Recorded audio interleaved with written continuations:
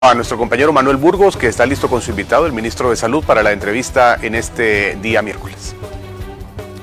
Así es, estamos listos en este ya 14 de julio de 2021, como les anunciábamos. Hoy vamos a conversar con el doctor Francisco Alaví, ministro de Salud, y es que la Asamblea Legislativa, pues a petición del Ejecutivo en este caso, decretó que durante 90 días están suspendidas las actividades que impliquen aglomeraciones de ciudadanos. Vamos a poner un poco de contexto para comenzar con la conversación de hoy.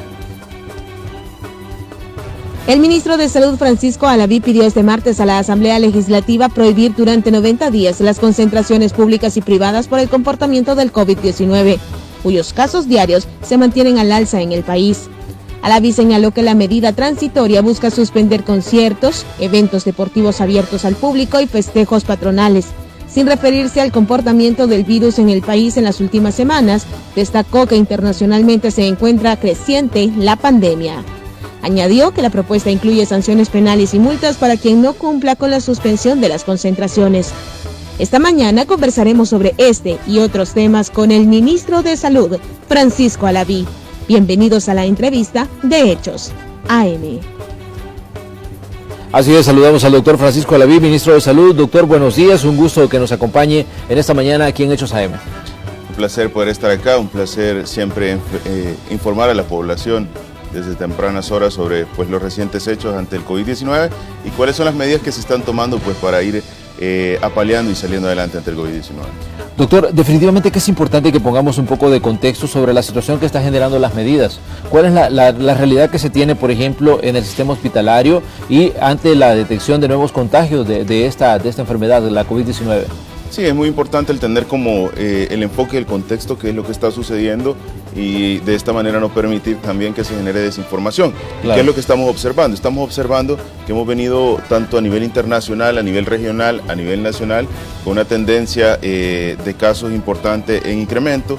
Esta tendencia de casos que se ha observado en el territorio ha sido a través de los diferentes municipios, a través de todo el territorio, no son específicamente en una sola zona del país o que tenga relación entre ellos, a tal punto que hemos observado cifras que pasaron de prácticamente tener 125 casos, 130 casos, a pasar a cifras y alcanzar arriba de los 238 casos. Eso es importante. Si bien es cierto, sí, no hemos llegado a un momento en el cual nos encontramos en 440, que fue lo más alto que en algún momento se vivió en la pandemia, el número que estamos observando es importante. Además, se ha observado cómo también en los diferentes áreas hospitalarias que aún de alguna manera tienen esa capacidad, y hago mención quizás al más importante de ellos, que es el Hospital El Salvador, ha pasado de tener un promedio de 300 a 400 pacientes a tener un promedio de 400 a 450 pacientes. Ha habido evidentemente un incremento y ese incremento nos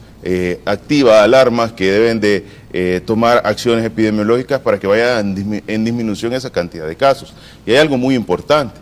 La cantidad de casos que observamos positivos, que son del día a día en las pruebas del PCR, que son los 238 que observamos, no quiere decir que esos 238 van a terminar en un hospital, claro, sino que un 20% de ellos va a requerir. Ahora bien, si observamos que la tendencia o el promedio de ingresos en el Hospital El Salvador pasó de 300, entre 300 y 400 a estar arriba de los 400, 450 casos, nos dice a nosotros, bueno, evidentemente ha habido una relación en la cual el 20% de una enfermedad sintomática, de una enfermedad que requiere tratamiento médico, ya se ha superado porque se ha incrementado la cantidad de casos que estaban ingresados en el área hospitalaria. Y eso evidentemente tiene que ver en relación a las recomendaciones que la organización ha emitido. Y la más importante es la de limitar la transmisión de persona a persona. ¿Qué genera esa transmisión? Exactamente, doctor, pero ¿qué es lo que está pasando? Nos hemos confiado, hemos relajado las disposiciones de bioseguridad, el uso de la mascarilla, el desinfectarnos las manos, nos hemos confiado porque muchos ya estamos vacunados. ¿Qué es lo que está ocurriendo, digamos? Porque vemos que a nivel internacional existe, digamos, un fenómeno y las autoridades de salud de algunos países atribuyen a que mucha gente no se ha vacunado, ya sea porque no quiere o porque simplemente no le interesa, digamos, someterse a recibir un fármaco de estos. Pero aquí en El Salvador, ¿qué es lo que está disparando los casos? Existen varias situaciones que están en paralelo. Pues, primero, que es el hecho de que la población de alguna manera está relajando las medidas, y yo creo que eso es lo más importante. Debemos tener en cuenta de que al disminuir el cumplimiento de los protocolos de bioseguridad, evidentemente los contagios pueden incrementar porque hay mayor interacción. Pero otra parte muy importante que hay que tener en cuenta es el hecho de que existe ya apertura en los grupos etarios, pero todavía no todas las personas han asistido a su vacunación. Entonces ya tenemos dos factores: la disminución del cumplimiento de los protocolos y de alguna manera aquellas personas que todavía no han recibido su vacuna. También debemos de mencionar la gran capacidad que tiene este virus de estar generando cambios a nivel del territorio, en cada geografía, en cada etnia, y esto pues de alguna manera genera que esta transmisión pueda facilitarse, y estos son los cambios que hemos observado a nivel internacional. Al momento en el país no tenemos ciertas adaptaciones que son muy famosas en otros países, algunas ya están acá, pero debemos mencionar que no quiere decir que si no existe la adaptación que es famosa internacionalmente, no podamos tener una variante en el territorio que tenga facilidad en la transmisión. Entonces son varios factores los que se toman en cuenta para poder identificar por qué hemos observado que esta cantidad de casos ha aumentado, pero la más importante es la que se relaciona al cumplimiento de las medidas y por supuesto a la disminución de la vacunación en un momento, bueno, no una disminución de la vacunación, sino que las personas o la población que en este momento ya tienen esa posibilidad no han asistido a su vacuna. Muy bien, doctor, se ha dicho respecto al tema de la variante Delta, que es, digamos, esa variante muy famosa a nivel global actualmente, porque la OMS ha dicho que ya está presente en 104 países y que se puede convertir de un momento a otro, o se está convirtiendo ya en la variante dominante de la COVID-19. Aquí en El Salvador pues ha habido algunas declaraciones en las que señalaban que ya podría estar circulando, pero usted nos dice de que esto no es así.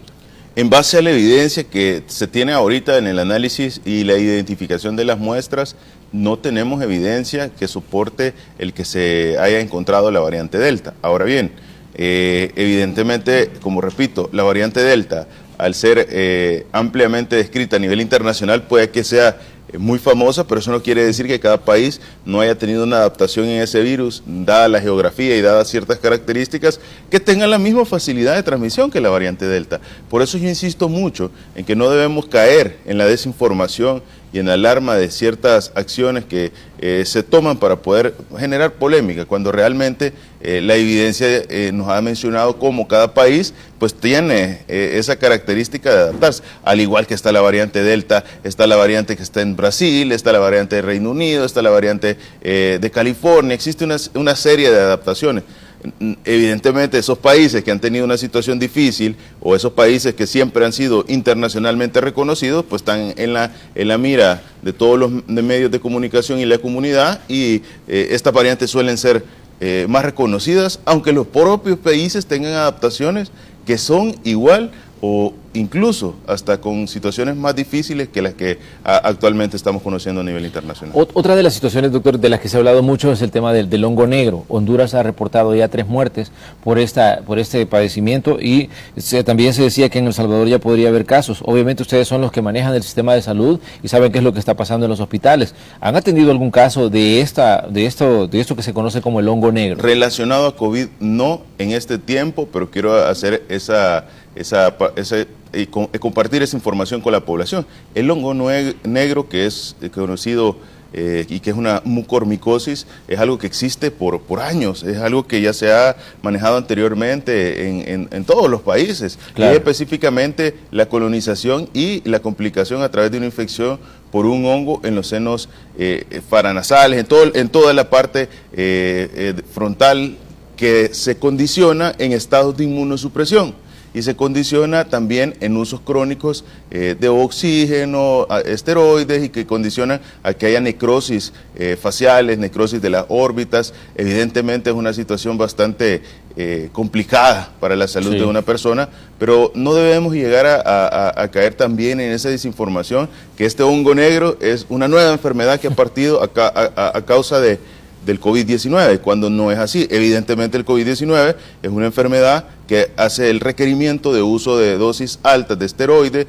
Pacientes entran en inmunosupresión debido a toda la situación que conlleva esta enfermedad. Las altas concentraciones de oxígeno y todo este tipo de situaciones pueden favorecer a que esto suceda. En el territorio no se han identificado. Las medidas que se toman parten del identificar tempranamente y el abordar tempranamente esta situación. Existen protocolos para poder manejar todas este tipo de patologías ya en el territorio, adaptados a la pandemia del COVID, si el caso fuese que una de estas mucormicosis se tratara por COVID-19, pero darle la tranquilidad a la población que no podemos decir no va a suceder, pero sí le podemos decir tenemos preparado un protocolo para poder abordar y poder manejar si el caso fuese que se presentara una mucormicosis en el país. Doctor, hablamos del sistema hospitalario en general. ¿Qué tanto, digamos, es la situación o cómo es la situación desde la evaluación que hacen ustedes como autoridades de salud, la ocupación hospitalaria de pacientes con COVID-19? Porque sabemos que el Hospital El Salvador es como un punto de referencia, pero el resto de hospitales también están en esta lucha contra esta enfermedad. Sí, la situación del COVID en el país no es la misma que se inició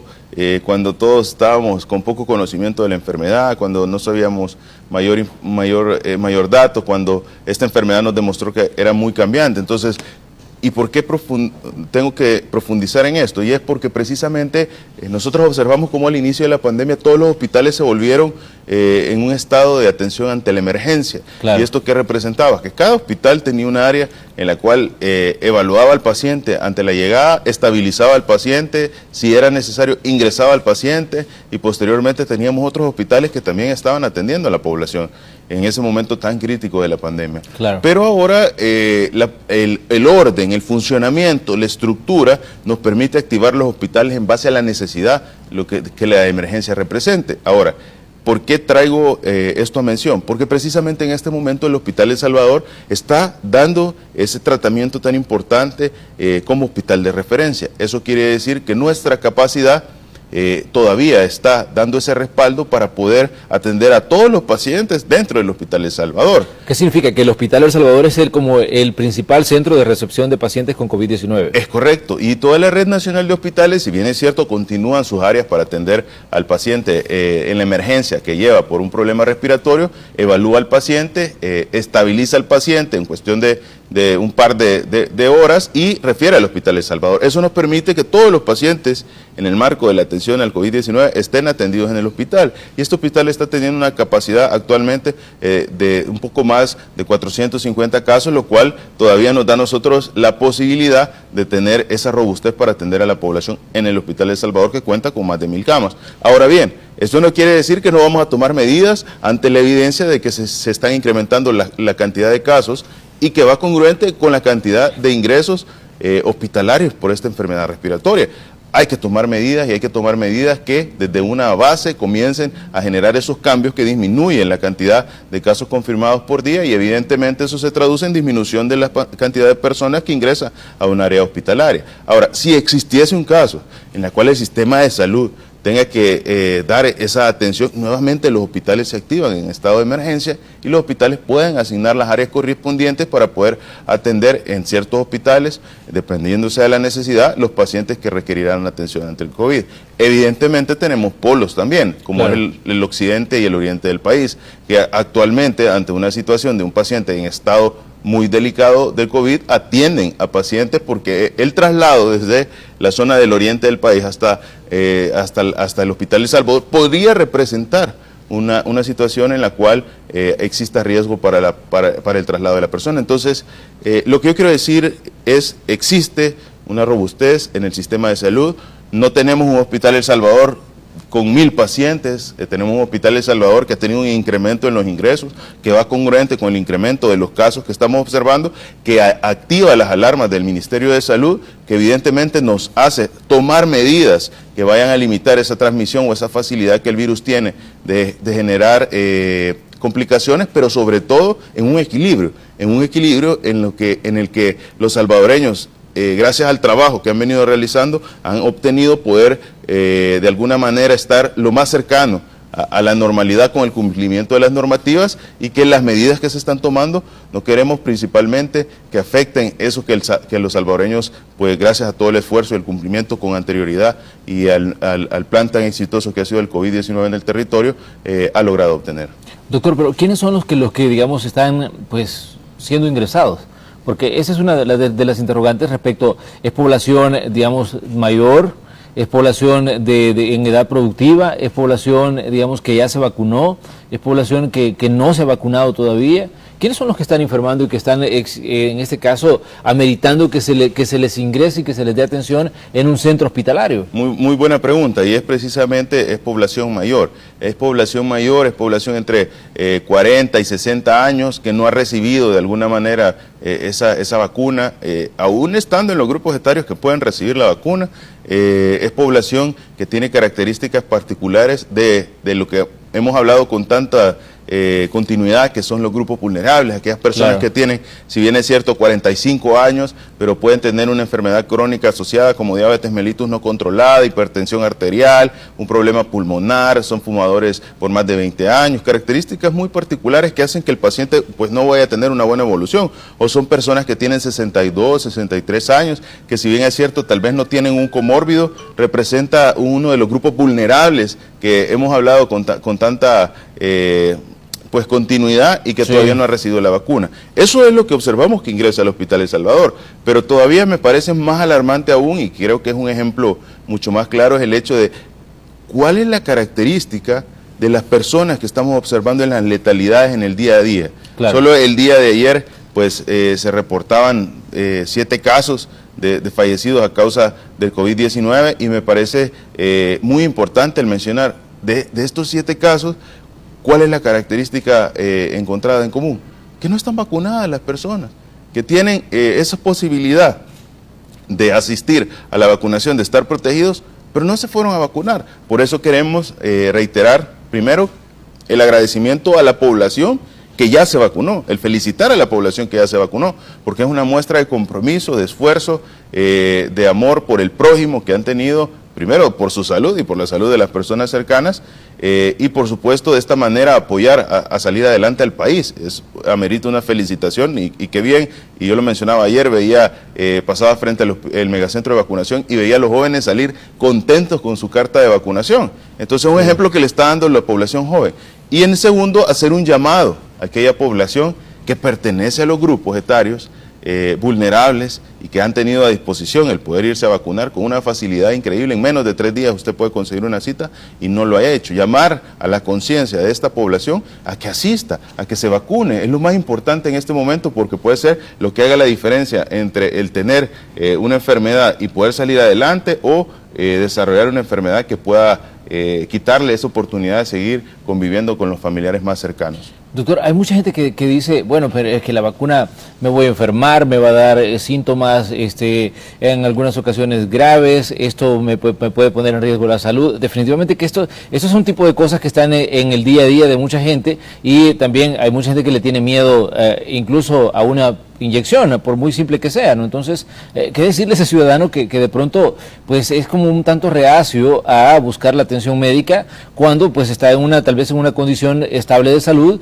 que su organismo puede perfectamente pues salir adelante sin mayor problema que, digamos, si se enferma de COVID, ¿no? Es correcto. Primero decirle a la población, la vacunación es un proceso que se ha hecho por años, es un proceso seguro, que está avalado por todos los organismos correspondientes. Hemos observado cómo la aplicación en el país nos ha demostrado lo seguro que es todo este proceso, y más en el cumplimiento como el país ha establecido con todos esos lineamientos. Esta vacuna puede hacer la diferencia entre que usted pueda seguir compartiendo con su familia o no.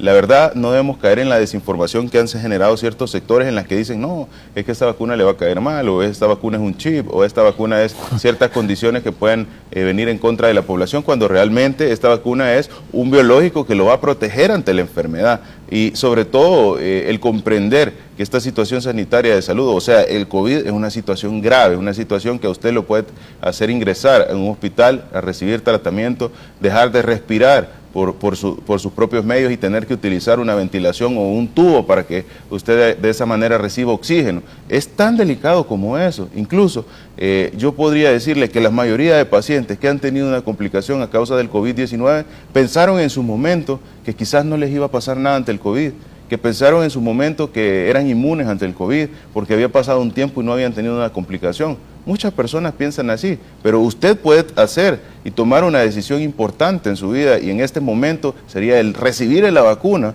para que no forme parte de estas estadísticas, para que usted no esté en riesgo, y también seguir el cumplimiento de las medidas y los protocolos de bioseguridad. Otra cosa que se da, doctor, mucha gente buscando marcas de vacunas en específico, porque definitivamente que esto ha estado ocurriendo, e incluso averiguando dónde están poniendo X o Y vacuna. ¿Qué decirle al ciudadano que de pronto pues le ve de menos el hecho de, por ejemplo, que le hayan puesto una vacuna china, o que digan la vacuna china pues no me va a sacar bien librado como lo puede hacer otra de calidad americana o europea? Primero que nada, no caigamos en la desinformación. Yo creo que es muy importante esta pregunta y debemos comprender que todas las vacunas actualmente ya tienen el aval correspondiente para poder aplicarse, y estos avales correspondientes garantizan que usted al recibir la vacuna no se va a complicar. Si usted está esperando el recibir una vacuna en específico o no se ha decidido porque precisamente el lugar a donde usted quiere llegar o la vacuna que usted quiere colocarse no se ha podido colocar, esto lo puede poner en riesgo, le puede generar que debido a que no se inmunizó a tiempo usted pueda tener una complicación como una neumonía a causa del COVID-19. Entonces, llamarle a la población a tener la confianza, en primer lugar. En segundo lugar, creo que no debemos menospreciar ninguna de las vacunas. Existe evidencia de soporte de cada una de ellas. Yo podría mencionarles como un ejemplo el hecho de que yo he recibido la vacuna de Sinovac, la vacuna chinita, que todos de alguna manera puedan tenerle, o que ciertos sectores han tratado de disminuir su credibilidad, y realmente es una vacuna que protege. ¿Qué mejor ejemplo que todo el personal de salud que nos encontramos en el día a día trabajando en todas las áreas, que hemos estado visitando los diferentes lugares, hemos estado dentro del Hospital El Salvador, dentro de todas las UCIs, y al momento, gracias a la protección que ha generado esta vacuna, por lo menos en mi experiencia no ha desarrollado la enfermedad. Entonces, ¿pero qué sucede? Estoy protegido, me coloqué esa vacuna que tiene los avales correspondientes. Aunque le traten de quitar credibilidad, y uso el ejemplo porque esa es la vacuna que yo recibí, la vacuna chinita, no he tenido ningún inconveniente. Entonces, eso es lo importante es que tengan su efecto. Ahora, que si se llama Pfizer, que si se llama Sinovac, que si se llama AstraZeneca, que si se llama Moderna, eso es una parte agregada y es una parte que debe estar, porque evidentemente una sola vacuna no puede dar cobertura a todo el mundo. Necesitamos muchas vacunas para poder tener todos un acceso a eso. El país tiene 4 tipos diferentes de vacunas y todas protegen, todas cumplen las recomendaciones internacionales. Entonces, de esta manera ser muy prudentes al asistir, al recibir esa vacuna, que es voluntaria, que es gratuita, que es universal y que existen múltiples facilidades para poder acceder. Y también un llamado a la conciencia a aquellos sectores, porque esta pregunta es muy importante. Es cierto, existen pacientes que no se han vacunado porque quieren recibir específicamente una vacuna, pero también hemos observado profesionales de la salud bien identificados que han estado generando en la población y que deberían de tener esa responsabilidad que representa ser un profesional de la salud, y una responsabilidad doble cuando es ser un profesional de la salud que puede emitir opiniones a nivel nacional a través de comunicación en medios informativos.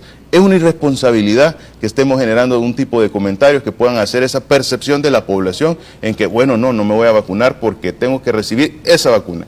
Ellos son responsables de varias complicaciones que la población hubiera podido tener, ¿verdad? Por hacer sugestivo ese tipo de comentarios y que la población los condicione a no recibir una vacuna que está a disposición por recibir aquella vacuna que en su conocimiento o en su evidencia o en sus decisiones muy personales han tratado de recomendar. Muy bien, vamos a hacer un espacio para comerciales, pero les recordamos, la Asamblea Legislativa pues aprobó un decreto que suspende durante 90 días actividades masivas. Vamos a hablar de esto cuando vengamos con el doctor Alaví, aprovechando que nos visita el ministro de Salud para conversar sobre estas situaciones y las medidas que se están tomando pues ante el incremento de casos de COVID-19, que es una realidad. Volvemos enseguida.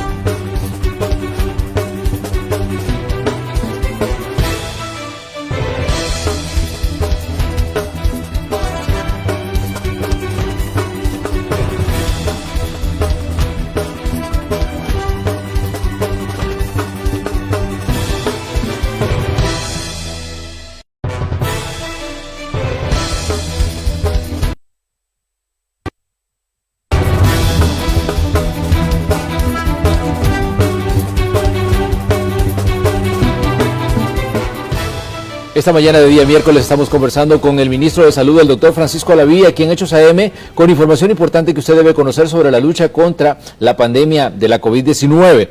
Doctor, ayer la Asamblea Legislativa le daba luz verde a un decreto que suspende durante 90 días las actividades de carácter masivo. Me gustaría que usted le explicara a los ciudadanos lo que implica este decreto, por qué cómo se fundamenta esta decisión del Ejecutivo de solicitar que se avale este tipo de medidas en la situación en la que está el país en este momento a nivel sanitario. Sí, primero que nada esto obedece a que estas actividades que están bien definidas en el artículo 1 de esta ley transitoria por 90 días son actividades que pues evidentemente generan con una facilidad el transmitirse la enfermedad de persona a persona.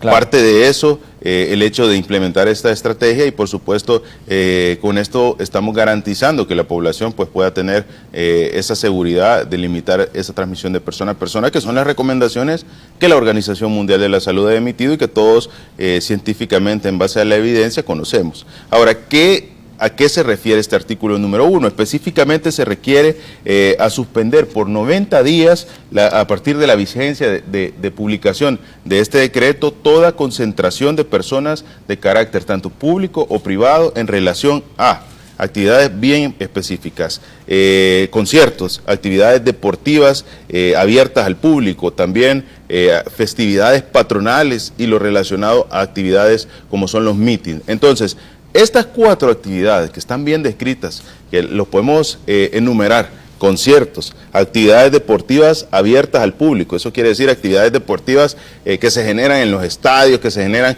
con aglomeraciones importantes de personas, igual los conciertos que se generan con aglomeraciones importantes de personas, fiestas patronales. Yo sé que las fiestas patronales tradicionalmente es una parte importante, que en las zonas tal vez de los municipios, en las zonas rurales, también representan pues las fiestas esperadas todo el año. Claro. Son actividades que pueden generar aglomeraciones y que pueden facilitar esa transmisión y que de alguna manera nosotros podríamos evitar estas actividades y de esta manera disminuir esos posibles contagios que van a suceder. Eso es lo que implica esta ley y precisamente también especifica en una parte que todas las demás actividades que no están contempladas en estos 4 que acabo de mencionar, que es el artículo 1, hacen de uso obligatorio de la mascarilla. ¿Y eso qué quiere decir? Si no se trata de un concierto, si no se trata de una actividad deportiva abierta al público, si no se trata de una fiesta patronal, si no se trata de un meeting, todo lo demás continúa realizándose con el cumplimiento y el uso obligatorio de la mascarilla. Eso nos permite tomar las medidas correspondientes para limitar esa transmisión que puede existir, lo que hemos observado en actividades como fiestas patronales, como actividades deportivas, y nos permite mantener un equilibrio de lo que ya la población ha venido alcanzando gracias al cumplimiento, al protocolo que hemos experimentado anteriormente. Porque que El Salvador tenga una apertura económica, una apertura a las actividades cotidianas como las que estamos observando ahorita, no es una coincidencia, es el resultado del trabajo de todas las acciones que la población tomó desde que iniciamos en el manejo de la pandemia. Ahora, mantener un equilibrio es una parte fundamental, pero sobre todo el garantizar que la salud esté sobre todas las demás actividades del día a día. Doctor, los aforos permitidos en cuanto a actividades, porque mucha gente cuando usted da esta explicación puede decir, entonces puedo ir a la iglesia, puedo, digamos, hacer un cumpleaños, puedo hacer la boda, porque son los eventos más grandes los que están, digamos, en este caso restringidos. Pero ¿qué pasa con ese tipo de eventos donde hay, pues, también aglomeraciones en actividades de carácter social? Todas las demás actividades que no estén comprendidas en el artículo 1, que son las que ya mencionamos, pueden realizarse con el cumplimiento obligatorio del uso de la mascarilla. Debemos comprender que son medidas importantes que se están tomando, específicamente en esas. Quiero reiterar, estamos tratando de mantener ese equilibrio, pero sobre todo de garantizarle la salud a la población y de generar la conciencia. Es que miren, no solo se trata de lo que una ley pueda decir, se trata de la conciencia de la población. Claro. Si yo cumplo las medidas de bioseguridad, si yo cumplo los protocolos de bioseguridad, si yo tengo la responsabilidad de cuidar mi salud y cuidar la salud de las personas cercanas, evidentemente vamos a ir saliendo adelante ante el COVID. Entonces, ¿qué es lo que se busca con esta ley? Primero, tomar las acciones correspondientes ante actividades que evidentemente generan una situación muy fácil de transmisión para la enfermedad. No es lo mismo una actividad deportiva donde nosotros pues podemos observar un estadio o un sitio donde se realiza un concierto o un lugar donde están haciendo unas actividades patronales que aglomera cantidades de personas, que un lugar donde se realiza una actividad o donde uno va a ingerir unos alimentos a un restaurante, que va con la familia, que es su clúster familiar, que toma las medidas correspondientes, que hay distanciamiento entre una mesa y otra. Entonces, esas son las actividades o las diferencias que debemos de reconocer y, por supuesto, el artículo 1 es muy claro, son actividades deportivas exclusivamente abiertas al público. ¿Esto qué quiere decir? Que vamos a continuar con la actividad deportiva.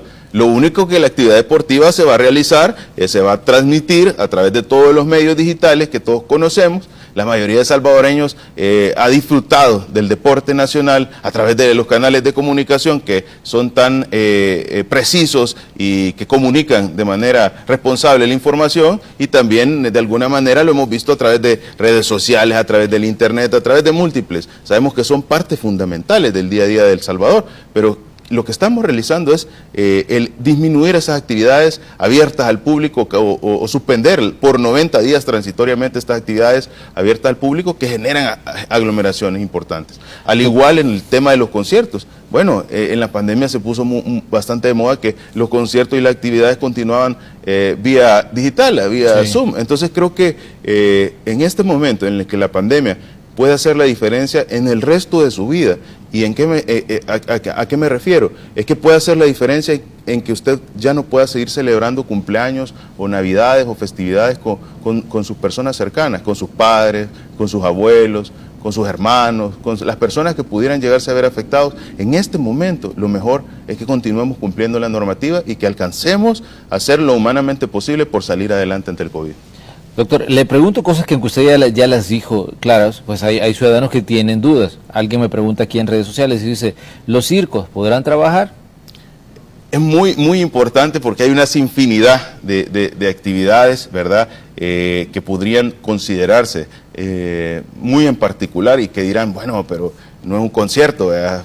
No es un concierto, sino que es un circo, pero evidentemente es una situación que es una actividad que de alguna manera no está incluida, que no es específica y que todos tenemos que hacer el uso responsable. Hay actividades que pueden considerarse desde lo más pequeño hasta lo más fundamental, hasta lo más grande, pero lo que debemos realizar siempre es partir de la especificidad que dice el artículo 1 y luego todo lo que no está en la especificidad que dice el artículo 1, utilizar la mascarilla. Para responderle a la pregunta, yo sé que hay muchas actividades que generan todos los artistas de nuestro país importantes, que son del sustento del día a día, claro. Y creo que es muy importante que al evidenciar que no corresponde a una de las partes del artículo número 1, sabemos que se van a realizar con todo el cumplimiento de la normativa y el uso obligatorio de la mascarilla.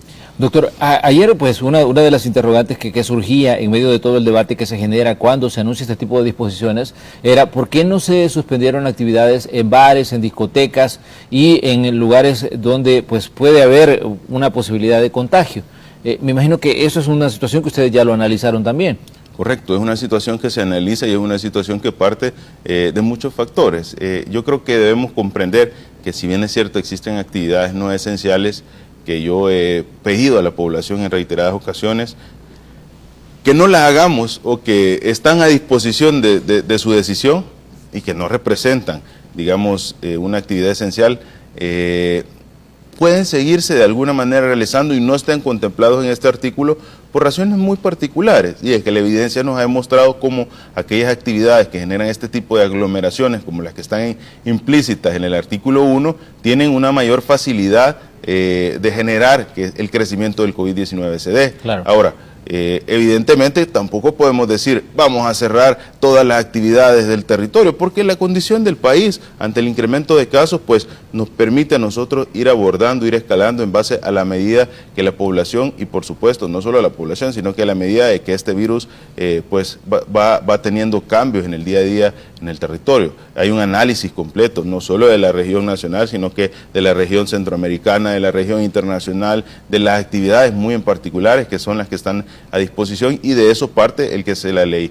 Nosotros siempre vamos a buscar el beneficio de la población. El presidente Bukele desde un inicio ha tenido simplemente un objetivo fundamental, y es que todo lo que se decida venga en beneficio de la población salvadoreña. Y a mí me llama la atención y muy curiosamente en este momento vemos a personas diciendo de ciertos sectores que ya todos conocemos, reclamando de que por qué tan poquitas medidas. Y hace un par de semanas decíamos que por qué no se tomaban medidas más importantes ante el control de COVID. Entonces, la desinformación, la infodemia, las ganas de tener alguna participación o incidencia de otra índole, incluso política, siempre van a existir, pero todos debemos de tener la confianza de que el objetivo fundamental que el presidente tiene, el objetivo fundamental que nos encargó el Ministerio de Salud, el objetivo fundamental que el Ministerio de Salud tiene desde su concepción, es salvaguardar la vida de la población salvadoreña. Como decíamos, doctor, hay una cantidad importante de opiniones que se generan siempre, sobre todo ante una situación como el de la COVID-19.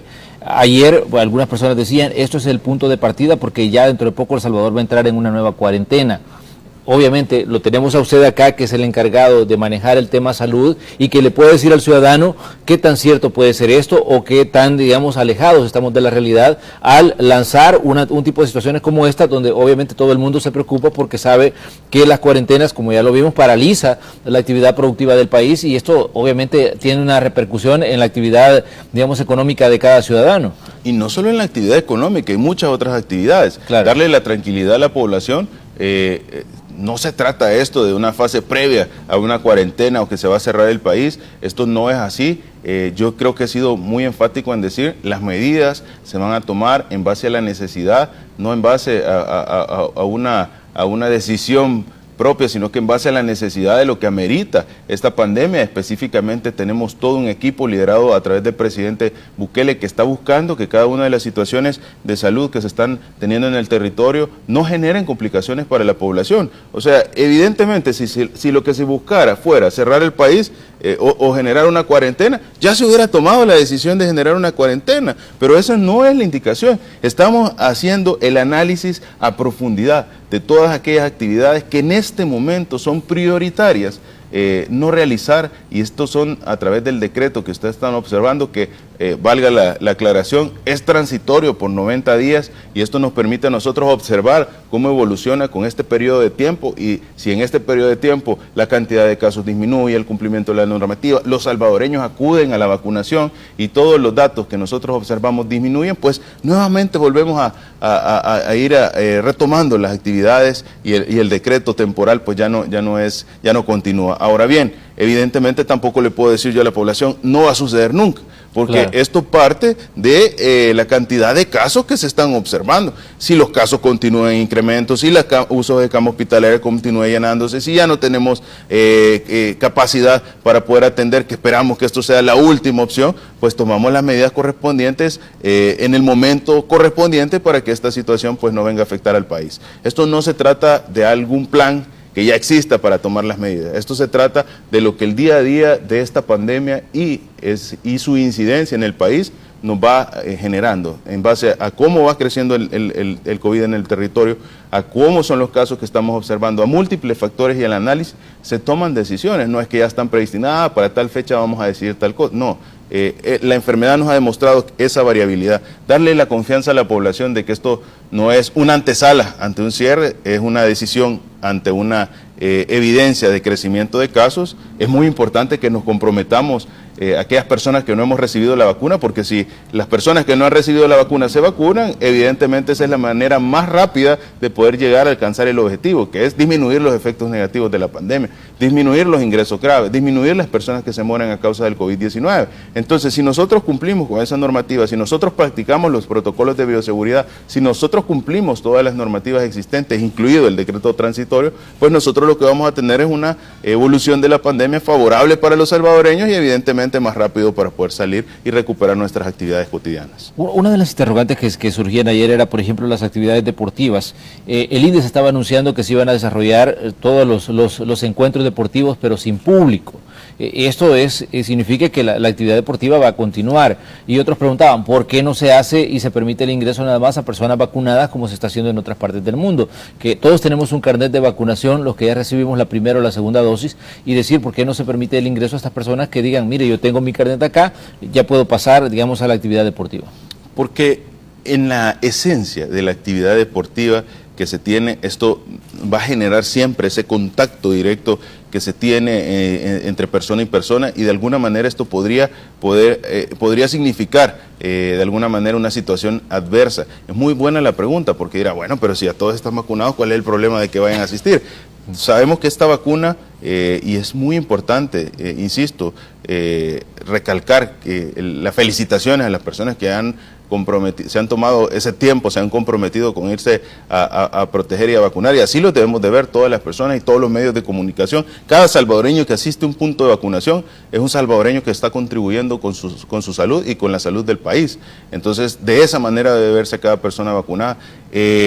Sabemos que esta vacuna es muy segura para prevenir la enfermedad grave, es muy segura para prevenir una mortalidad, pero tiene un margen en la cual uno puede desarrollar la enfermedad de COVID-19 estando vacunado. Claro. Ahora, evidentemente, si uno tiene una situación de COVID estando vacunado, la posibilidad de una complicación es mínima. O sea, el COVID le da y usted prácticamente pasa asintomático o con una pequeña molestia, como que si fuera una gripe, digamos de alguna manera, una influenza, una situación de la que ya hemos vivido anteriormente. Entonces, claro, no quiere decir que usted no va a asistir a recibir un tratamiento. Siempre es importante el asistir a un tratamiento. Pero a lo que vamos es que es muy importante que en la esencia de estas actividades que evidentemente pueden generar complicaciones, debamos cumplir esta ley transitoria por 90 días y de esta manera está protegida. La actividad deportiva es importante.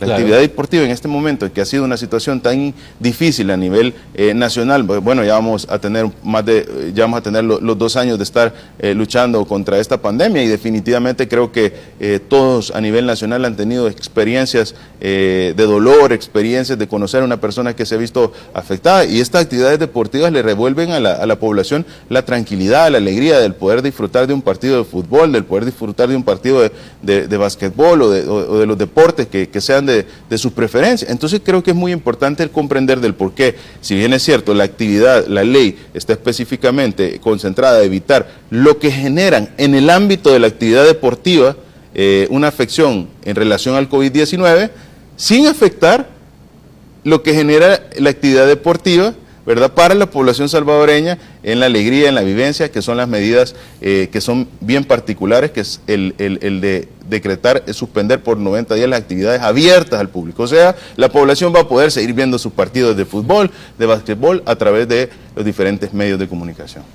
Doctor, la disponibilidad de vacunas en El Salvador, ¿y qué tan cerca estamos de esa meta que se habían fijado ustedes como sistema de salud, el vacunar a 4,5 millones de salvadoreños? Muy importante, la disponibilidad continúa. Desde el 17 de febrero no hemos observado que hayan parado de llegar las vacunas. Estamos ya por alcanzar los 7 millones de dosis en el territorio. Y es un dato muy importante. ¿Por qué? Porque nos posiciona un país que ha recibido, uno de los países que ha recibido la mayor cantidad de vacunas. Y eso es congruente no solo con el decir, es que es uno de los países que ha recibido más vacunas. No, ustedes pueden hacer una comparación fácil. Somos uno de los pocos países que tiene habilitados todos los grupos etarios. Entonces coincide con el hecho de que hemos recibido bastantes vacunas. Y ahora, ¿qué tiene de trascendente esto? Que en la medida nosotros tenemos el biológico, un proceso de vacunación, toda una facilidad para poder acceder a autoservicios, puntos de vacunación, megacentro de vacunación. Si usted está en un lugar lejano y le cuesta salir, el promotor de salud llega a vacunarlo. Todo esto tiene un objetivo, y es alcanzar en el menor tiempo posible a la población inmunizada. Evidentemente también dentro de los principios fundamentales de la estrategia de vacunación estaba el ser voluntario. Por eso le llamamos a la población, ¿verdad?, a que se sume. Aquellas personas que todavía no han decidido acercarse a vacunar, por favor vacúnese. ¿Sí? La única manera de que usted pueda estar seguro ante el COVID, poder salir adelante, poder estar con la tranquilidad de proteger a su familia, es que usted esté inmunizado a través de cualquiera de las formas que hemos mencionado ante el COVID-19. Doctor, la vacunación de menores es una situación que estaba, digamos, en debate. De hecho, en Estados Unidos ya se está vacunando a gente menores de 18 años. En el caso de El Salvador, usted nos decía, eso depende de muchos estudios que se tienen que hacer, pero, digamos, ¿Ya hay una decisión o todavía están evaluando? Todavía se está evaluando la evidencia. No es que los estudios se tengan que realizar ahorita, sino que ya son estudios que vienen realizándose de varios meses atrás y que la evidencia científica nos va a dar el soporte. Ya existe evidencia científica. Ahora bien, entre más evidencia científica tengamos antes de tomar una decisión, pues la decisión va a ser con mucho más beneficio para la población. Y bueno, y dirá, pero si ya existe la evidencia, si ya otros países lo están haciendo, ¿por qué no tomamos la misma decisión? Pues yo les digo, evidentemente vamos a seguir la recomendación o el pilar o la columna fundamental de la vacunación que lo emitieron las organizaciones correspondientes, y es la priorización de aquellas personas que deben recibir primero la vacuna. Y dentro de la priorización de las personas que deben de recibir la vacuna son aquellos grupos vulnerables. En este momento acabamos de aperturar el grupo etario de 18 años, tenemos todos los grupos etarios abiertos a la población para que puedan recibir esta vacuna, y debemos poder tener mayor alcance o cobertura, o la población debe generar esa conciencia de ir a vacunarse, y esto nos da el tiempo necesario para que haya más evidencia de soporte. Ahora, ¿el país está preparado ante la situación que existiese una necesidad de vacunar a los menores de edad? Sí, hemos tomado toda la planificación necesaria para que, al igual que el año pasado, a mediados de año, estuvimos viendo con las farmacéuticas el poder tener la vacuna en el país, y que cuando salió la vacuna ya El Salvador estaba listo para poder recibir porque había hecho su trabajo y no se tuvo que esperar, como hay otros países que en este momento todavía no han recibido vacuna, o que hubiera sucedido lo que ciertos participantes de la coyuntura política en el país decían, que las vacunas iban a llegar hasta el 2022, creo. Sí. Definitivamente también nos hemos preparado ante la situación que la evidencia científica nos demuestre que hay que abordar a los grupos menores de 18 años. Entonces, darle la tranquilidad a la población. Hay muchos salvadoreños que son tan conscientes, que han recibido oportunamente su vacuna y que quisiera que su hijo menor de 18 años vaya y asista a recibir su vacuna. Pero también debemos comprender que hay un buen porcentaje que tenemos que generar esa conciencia colectiva de que asista a vacunarse, y que de esta manera también su niño, de la persona que sí se ha vacunado, se va a ver beneficiado, porque entre más salvadoreños hayan recibido la vacuna, más salvadoreños, o sea, los salvadoreños vamos a estar en un país más seguro ante el COVID-19. Esto sí, esto es importante, porque decíamos, hay muchas dudas respecto a lo que los ciudadanos piensan de lo que está ocurriendo. También sabemos que en el mundo se está debatiendo el tema de la tercera dosis, y mucha gente dice, bueno, ¿será que nos van a poner una tercera dosis? Le pregunto a usted, doctor, para que le aclare, digamos, a esa persona que tal vez ya recibió, ya completó su esquema de vacunación y ahora está pensando que se pueda tener que poner una tercera dosis. A mí no me gusta dar recomendaciones que no tengan un sustento completo, no me gusta ser impreciso. Lo que sí le puedo decir a la población es que existe actualmente muchos estudios que están verificando si es necesario un booster, una tercera dosis o un refuerzo, y que varios de estos estudios hacen sugestivo que esto va a suceder, que el aplicar una tercera dosis incrementa incluso en algunos estudios hasta 10 veces más la inmunidad. Entonces todo esto está en análisis, y al tener en ese momento la solidez de la evidencia científica, pues vamos a tomar las acciones correspondientes en base a lo que la evidencia recomienda. Pero yo les voy a dar un ejemplo bien básico. Claro. Hablábamos que nuestro grupo poblacional eran 4.5 millones de salvadoreños la meta. Y partiendo de esa meta, nosotros tendríamos que tener en el territorio, para poder cumplir esa meta, 9 millones de dosis. Claro. Pero El Salvador ya tiene adquirido más de 11.4 millones de dosis en el territorio, en acuerdos. Claro. ¿Eso qué quiere decir? Nosotros nos estamos adelantando al hecho de que en algún momento pueda ser necesario el tener que implementar otros grupos etarios o recibir un refuerzo. Esto nos permite tener visualizada la población salvadoreña, que no nos hemos quedado sin analizar todas las posibilidades en el marco de esta estrategia tan importante que es la vacunación. Muy bien, doctor, le queremos agradecer como siempre pues que nos visite aquí en Hechos AM para darle la información en directo y las opiniones y evaluaciones de su persona respecto a lo que está ocurriendo con la pandemia de COVID-19. Le agradecemos como siempre, doctor, y esperamos tenerlo pronto por acá conversando siempre sobre la evolución de esta emergencia sanitaria que no ha terminado. De hecho, estamos por llegar a un año de que se abrió la economía. El 24 de agosto del año 2020 se abren las actividades económicas luego del periodo de pandemia. Está ya muy cerca, digamos, ese también 24 de agosto para para que se cumpla un año de que estamos desarrollando las actividades normales a nivel económico, y obviamente pues siempre es importante escuchar lo que dice en este caso la persona encargada de manejar el sistema de salud en El Salvador. Un placer poder estar acá y quiero robar un par de segundos, y es el hecho de que este día pues es el Día del Médico, y quiero felicitar a todos los profesionales de la salud, a todos los doctores que han estado batallando por la salud de la población, que tienen más de un año y medio en esta pandemia de estar pues al pendiente de cada uno de los salvadoreños, atendiéndolos, verificando, dándoles sus consultas, sus controles y todo lo necesario para poder salir adelante. Así que en este 14 de julio felicitar a todos los médicos en su día, y por supuesto que la población pues si tiene esa oportunidad de felicitar a un médico que está cercano, pues lo haga, que ha sido el respaldo de la población salvadoreña. Así es, gracias doctor, felicidades también para usted, que sabemos que es médico, y también para todas las personas que están trabajando en el sistema de salud, ya sea público o privado, pues felicidades y gracias por esa gran labor que desarrollan todos los días. Con eso nos vamos a una pausa y volvemos enseguida con más de Noticiero Hechos.